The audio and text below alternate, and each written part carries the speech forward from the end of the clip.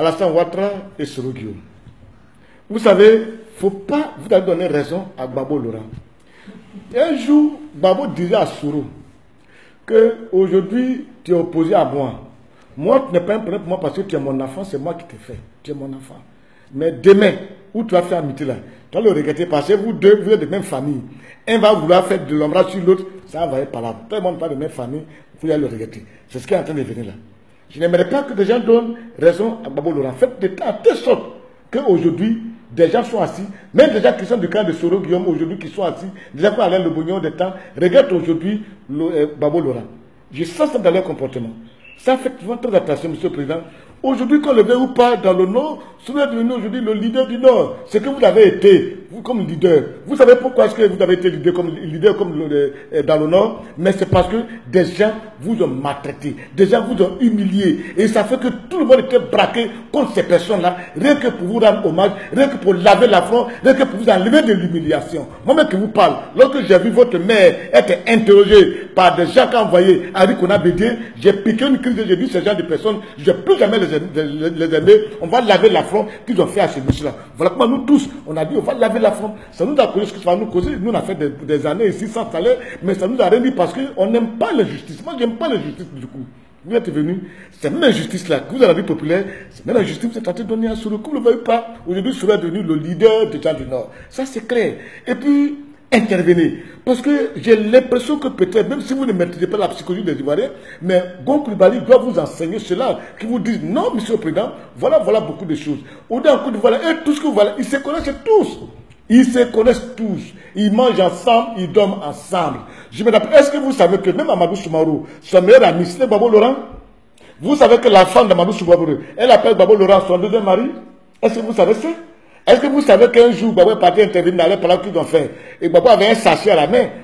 La femme de mon frère m'a dit, ah, mon Dieu, Marie, il y a quoi? Tu as un sachet à la main.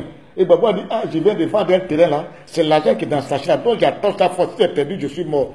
Ça, c'est avant qu'il soit président. C'est pour vous dire qu'ils se connaissent. C'est des amitiés, c'est des fréquentations. Aujourd'hui, la crise a fait qu'il y a une division totale. Et puis jusqu'à déporter certaines personnes, aller faire la prison hors du pays.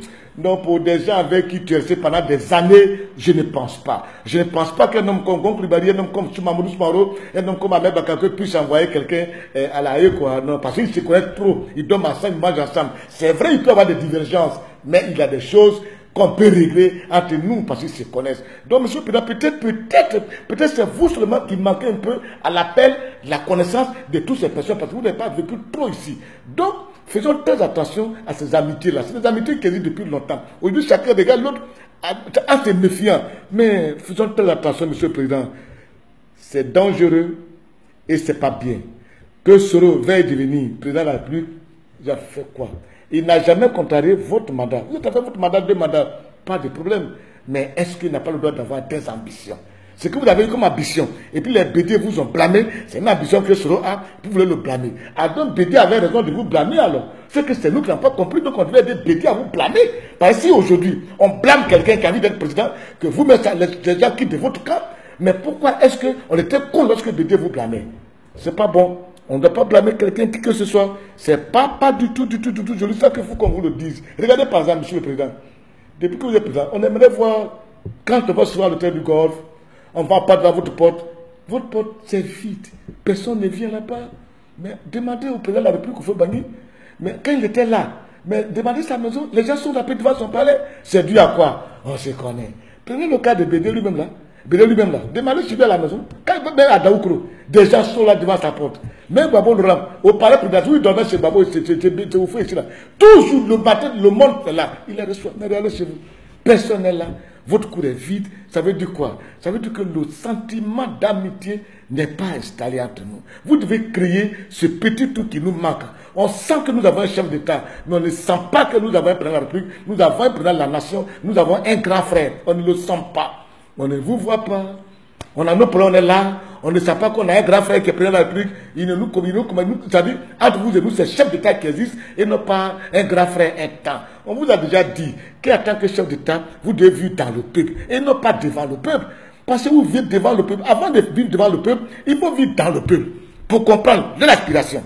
Maintenant, aller devant le peuple pour chercher les moyens pour réaliser ce que le peuple veut. Et maintenant se mettre derrière pour regarder le peuple jouir de vos réalisations. Sinon, en matière de réalisation, vous avez assez fait. Mais je dis, au niveau des relations humaines, il y a manque. Avec qui vous mangez? Rien. Nous, on mangeait, nous, avant de manger, les gens de temps, on mangeait avec eux. Mais depuis que vous êtes arrivés, même plein de gens être avec vous. Votre le président de la République avec ses concitoyens, on ne le sent pas. Moi, personnellement, je ne vous sens pas. À part quelques personnes autour, les gens comme les Ibrahim, on se connaît ici, on se connaît, donc on peut se parler, on peut s'envoyer des messages, on peut se saluer, on peut manger ensemble. Mais vous et nous, il y a vraiment un fossé. Il y a un fossé, il y a un fossé, il y a un fossé. Ça fait quand on ne vous voit pas, on ne sent pas que vous êtes présent, on ne sent même pas que vous êtes absent. On se croit seul, on est dans notre coin. Vous et nous, le fossé qui existe est très grand. Réparez-le.